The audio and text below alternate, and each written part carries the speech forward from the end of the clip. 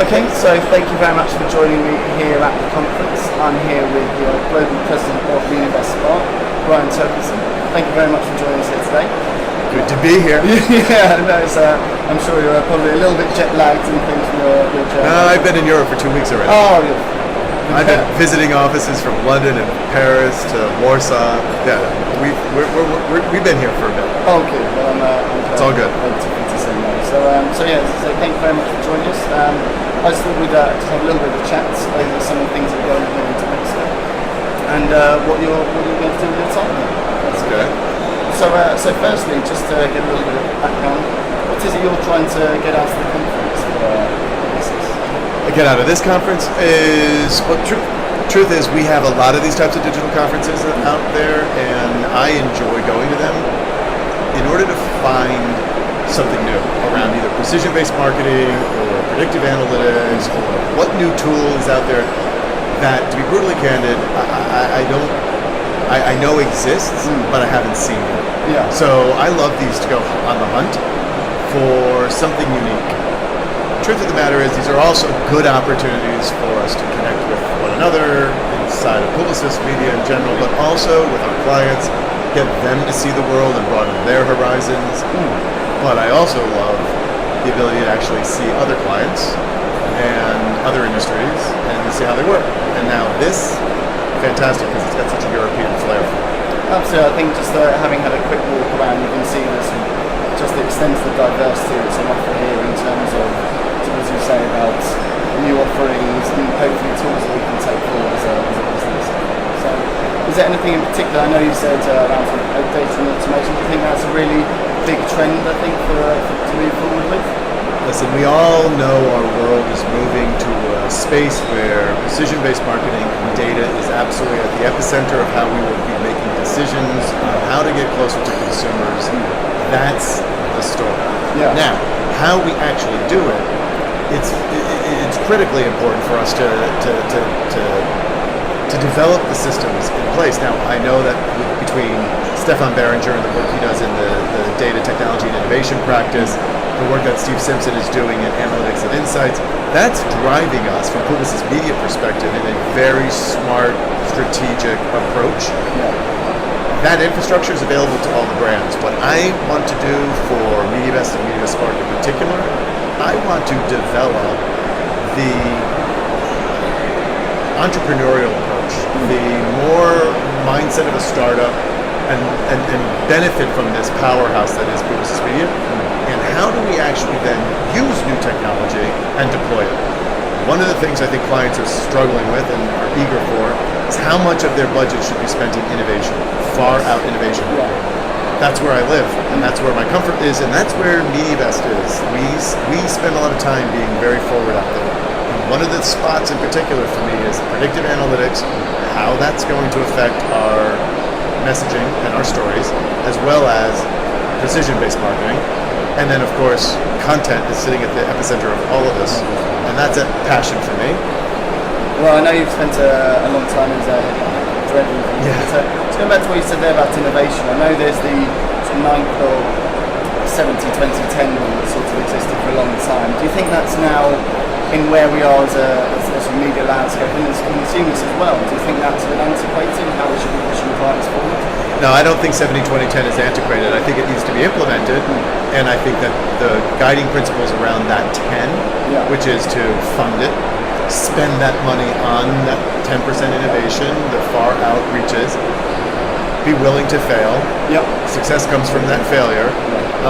I think that 70-20-10 absolutely is not antiquated. I think it has to be implemented. So it's just how we go around Correct. implementing that. There are a lot of clients that say they've got 70-20-10, but they've always pulled that 10% back when the budgets get cut or something goes south or they made a failure and they don't actually learn from it. They just stop. That has to. I think we've all been part of those sorts of conversations where we go, we'll stick to what we know, and actually, you say it doesn't necessarily move brands forward. Not one bit. If you're doing today what you did yesterday, you're already antiquated. Yep. You have to do today what you actually don't know if it will work. That's the future. Now, we, as media professionals, we have to deliver the basics. The plans, the buys, the efficiencies, that's on us. We shouldn't even be in discussion about that. That's the bread and butter. Clients should be hiring us for how innovative we think, how far we can push them, how far we can take them, how far have we taken other clients, how have we changed other clients. Clients should hire you and should want you for that, not because you do your job well. We should do our job well. Of course. Basics. So going back to something else you said as well, said about content being at the heart of it, as you said, it's something we're involved with very heavily. When you look at the relationship between content and automation, I think some people would say there's a bit of a conflict there in terms of robots and algorithms doing things and what we're producing and what we're putting in front of people. Actually, how do you?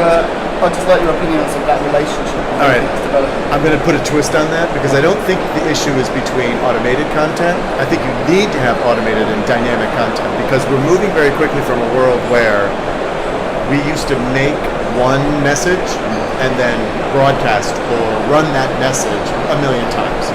We now are in a world where I need 1 million messages that may only get seen once. That's disposable content. And in a way, we have to get comfortable with what is disposable content. We have to get comfortable with how to create it. We have to get comfortable with how to finance it. And we have to get comfortable with the quality of what is therefore disposable.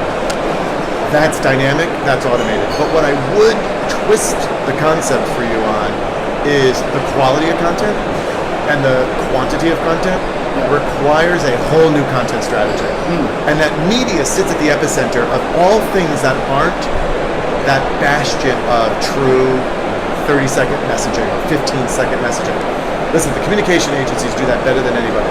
They create the brand Bible, they have that strategic thought, their approach is critically important for brands. But what media has to do is we have to create smarter, bigger, better deals. We have to have publisher and vendor partners that are willing to come to the table and do some of those million spots.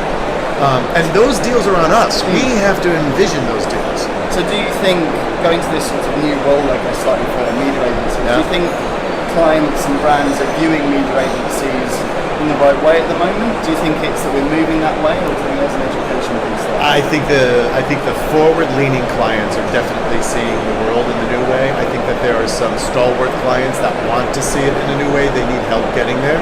And then, of course, there are always going to be laggards. And the truth of the matter is that's where opportunity exists. Opportunity exists in all of those. But for me, my excitement comes from the idea that we, as media professionals, can and should be as creative now as our communications agency partners. 100%. And it's an obligation. The only way we get to play in that space is if we deliver the basics. Do we have the best pricing? Do we have the smartest plans? Are we, in fact, capable of trafficking the plan in a most efficient way? Then those basics, we've been doing that for a long time. Those basics we should do at a superior level. Completely. And pay me a premium for that. So on that, you mentioned sort of this move and things, and you say about full comms agencies doing it really well. Do you think media agencies are evolving, almost going slightly back full circle towards a more of a communications agency as we're being more involved with content, production, all these assets and things? Do you think we're moving that way?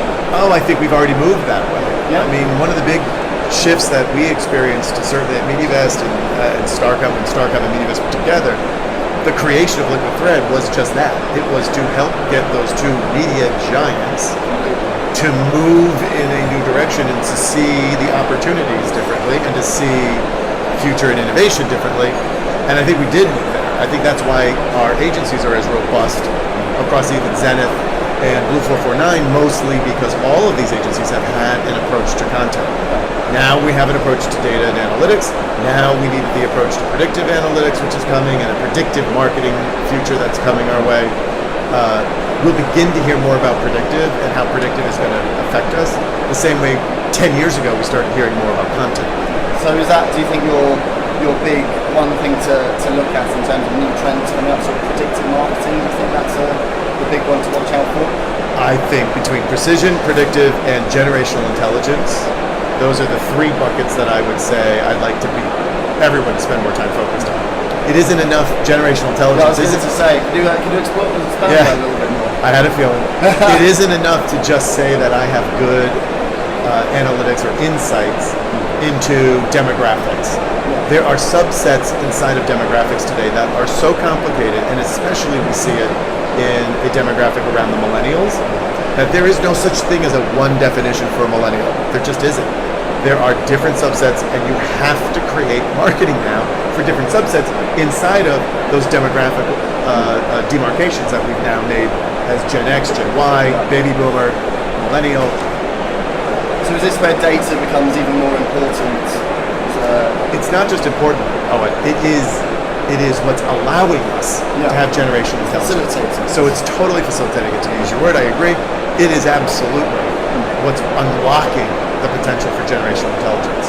Wonderful. So I think I know you're a busy man, so I won't keep you too long. There's a lot of people here that I think I want to speak to and get this sort of wisdom out of you. It's been fantastic to get a little bit of insight from you. Thank you very much for your time. It's been a real pleasure, and I'm really glad you're doing this, Owen. Cheers. Thanks very much. Cheers.